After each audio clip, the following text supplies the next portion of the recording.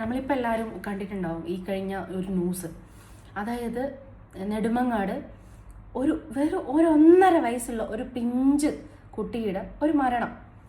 എന്താ പറയുക, അത് സത്യത്തിലുണ്ടല്ലോ, അത് കണ്ട് ആ കുട്ടിയുടെ ഒരു പിക്ചറും കൂടെ കണ്ടപ്പോൾ ശരിക്കും ഞാൻ ഷോക്കായി. കാരണം എന്താണെന്ന് വെച്ചാൽ അതിന് മുന്നത്തെ എപ്പോഴും ഒരു ദിവസം ഞാൻ ഇൻസ്റ്റഗ്രാമിൽ നോക്കുമ്പോൾ ആ കുട്ടിയുടെ വീഡിയോ കണ്ടിട്ടുണ്ടായിരുന്നു. 2 കൈ ഒടിഞ്ഞിട്ട് നിൽക്കുന്ന ഒരു വീഡിയോ.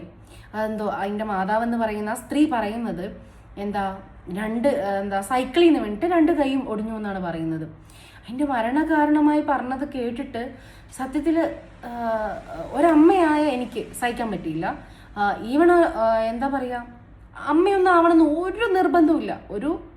ഒരു മനുഷ്യജീവി പോട്ടെ, ഒരു ജീവി ആയാൽ പോലും ആർക്കും അത് സഹിക്കാൻ പറ്റാത്ത അത്ര ഒരു കാര്യമാണ് അവിടെ നടന്നത്, അല്ലേ? അതിൻ്റെ ശരീരത്ത് എത്ര മുറിവുകൾ ഉണ്ടായിരുന്നെന്നറിയാവോ? 91 മുറിവുകൾ ഉണ്ടായിരുന്നു.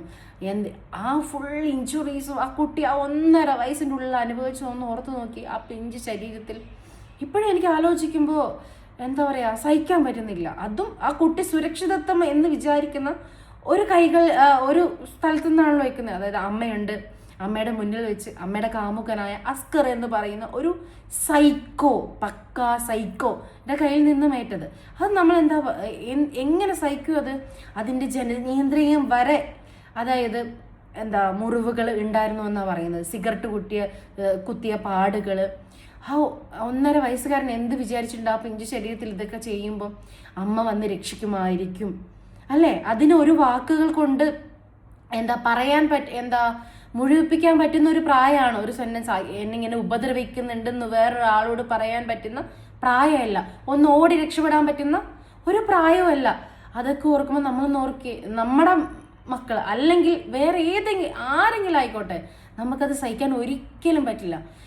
ആ സ്ത്രീയെ ഒരു മനുഷ്യനെന്നോ ഒരു നികൃഷ്ട ജീവിയെന്നോ ഒന്നും വെളിപ്പെടുത്താൻ പറ്റാത്ത എന്തോ ഒരു ഇത് എന്ന് മാത്രം പറയാൻ പറ്റും. എങ്ങനെ സ്വന്തം അവരുടെ താല്പര്യങ്ങൾക്ക് വേണ്ടിയിട്ട് സ്വന്തം ചോര പിറന്ന ഒന്നുമില്ലെങ്കിൽ ഒരു കുട്ടിയല്ലേ പോട്ടെ, ഒരു കുട്ടിയെ എങ്ങനെ ചെയ്യാൻ വേണ്ടി പറ്റും? നിയമത്തിൽ നിന്ന് കിട്ടുന്ന ഏറ്റവും വലിയ ശിക്ഷ കിട്ടിയാൽ പോലും ആ പിഞ്ചു കുട്ടി ഏറ്റുവാങ്ങിയ വേദനകളുടെ അടുത്തൊന്നും വരില്ല അത് എന്നുള്ളതിന് ഉറപ്പാണ്.